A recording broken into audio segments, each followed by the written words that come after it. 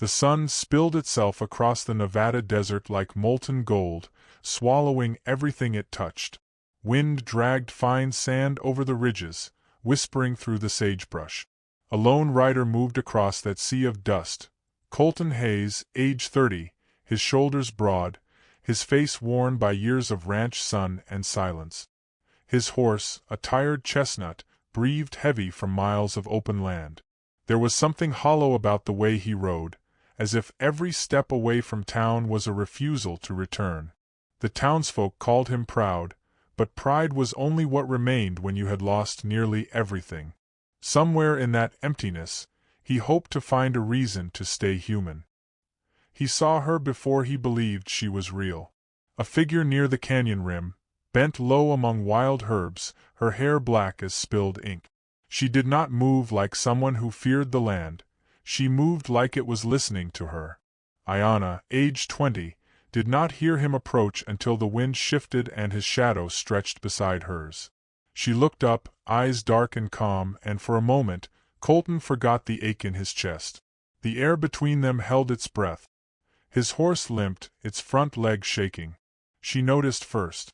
Without a word, Ayanna approached, her steps cautious, reverent. She knelt beside the animal, touching its hoof, her fingers light as dust. She murmured something in her language, something soft that made the air itself slow down. Colton had never seen anyone move with such quiet certainty. He wanted to speak, but his throat burned with the oddness of awe. When she rose, she said only, "You should go. The town won't like what their cowboys found out here."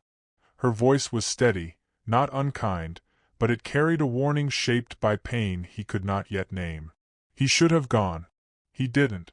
The next morning, he found himself riding the same trail. He told himself it was to thank her, to bring her something useful, jerky, a blanket, a new horseshoe. But when he saw her again, bent near a small fire, the excuses faded like smoke. She looked at him with surprise that melted quickly into quiet acceptance. He stayed longer than he meant to, sitting near her fire, neither speaking much. The silence between them was not empty. It was full of everything they didn't yet know how to say. Ayanna lived in a small shelter built of cedar and stone, far from any settlement. She said little of her past, only that her tribe had moved on years ago, leaving her behind with her grandmother's garden and a sky she couldn't stop loving. There was no bitterness in her voice, only a weary grace. Colton found himself watching her hands, how steady they were as she worked. Sometimes she caught him looking. Then she'd smile a little, just enough to make him lose track of time. He brought her small things each visit: salt, candles, once a comb carved from bone. Each time, she tried to refuse them, and each time, he insisted, embarrassed by how much he wanted her to keep them. She began offering him tea brewed from desert sage, its taste sharp and strange. He drank it anyway.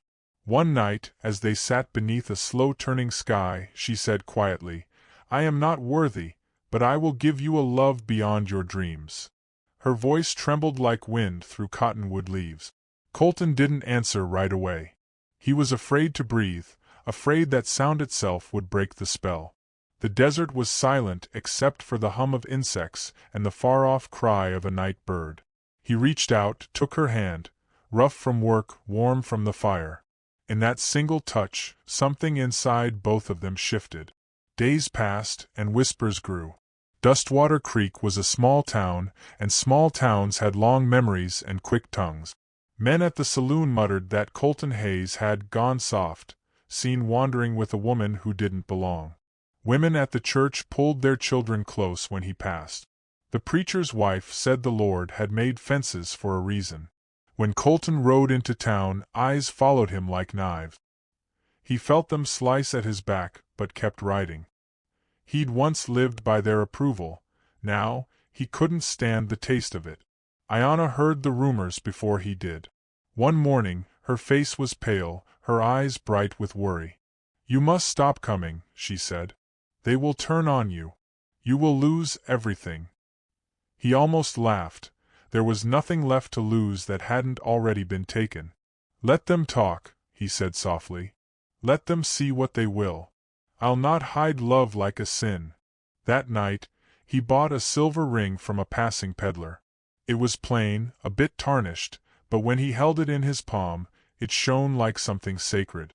At dawn, he saddled his horse, found Iona waiting for him outside her shelter, her hair braided, her eyes steady despite their fear. They rode together into Dustwater Creek. The sun had barely risen, and already, a crowd gathered as word spread. Colton dismounted, took her hand, and led her to the small wooden chapel. The preacher stood at the door, uneasy. "You're certain, son?" he asked. "You'll bear the weight of their eyes?" Colton nodded. "I've carried heavier burdens." The ceremony was short. The townsfolk stood around them in a ring of dust and disbelief. When the preacher's voice faltered, Iona lifted her chin and finished her vow herself, her voice shaking but clear. Colton looked at her and saw not fragility but fierce grace. When he kissed her, the crowd gasped. Yet in that moment the world felt clean again. The people of the town wanted the cowboy to send the native woman away, but he refused to do so. Instead, he married her in front of them. He kissed her, and then the two of them danced together in that very place. The dance had no music, only the rhythm of their hearts and the whisper of wind through the dust. Some turned away. Others watched, uncertain why their anger felt hollow. When they returned to their small cabin at the edge of the desert that evening, they smelled the smoke before they saw the flames. The cabin was gone, burned to its bones, the roof collapsed, the door twisted. The air still hissed with dying embers.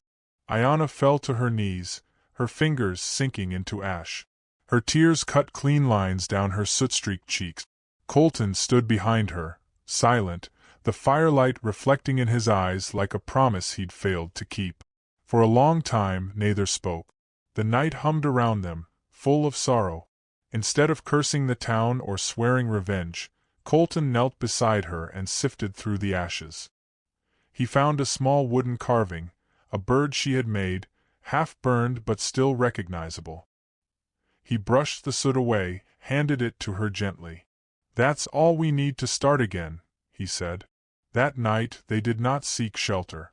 They spread a blanket in the garden beside the ashes of their cabin. The garden had survived.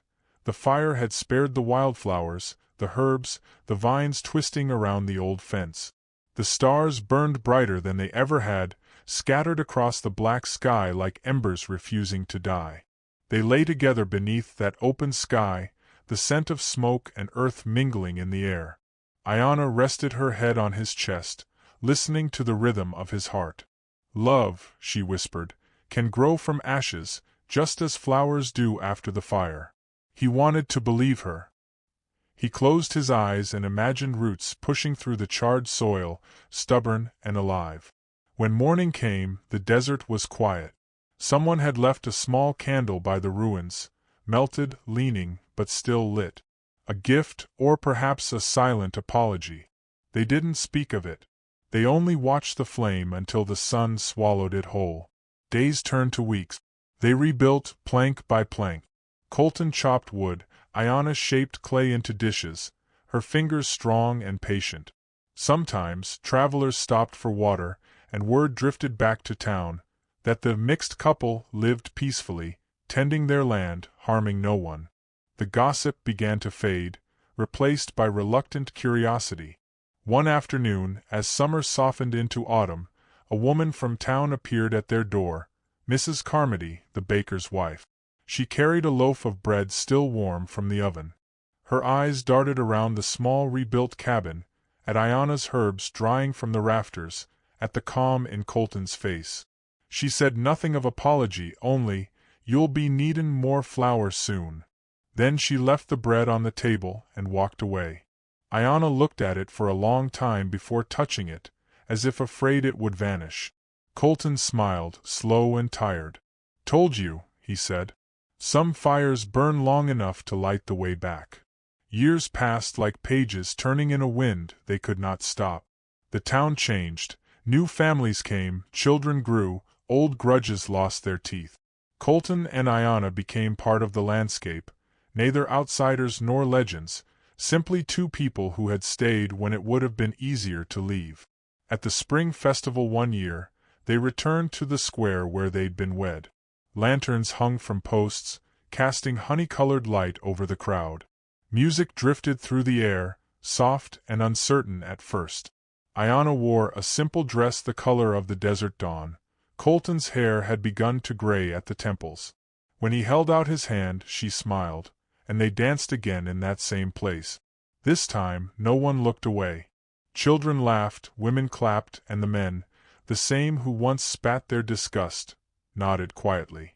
The air was thick with forgiveness unspoken but understood.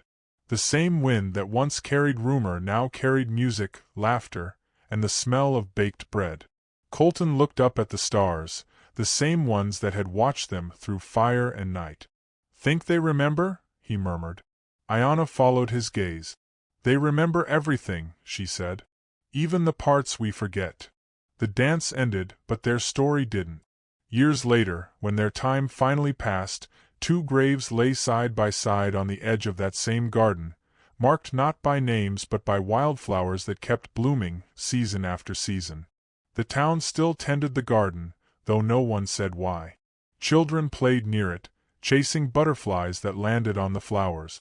The wind always seemed to hum a tune there, faint but unending. And if you ever pass through Dustwater Creek and hear the rustle of wind through sagebrush, you might think it's just the desert speaking. But listen closer, and you'll hear it, the echo of vows said in defiance, the whisper of a love that refused to burn away. Because worthiness, as they learned beneath that endless sky, was never something given. It was something chosen, over and over, even when the world tried to take it from them. And somewhere out there, the wind still carries their wedding song, soft, endless, and free.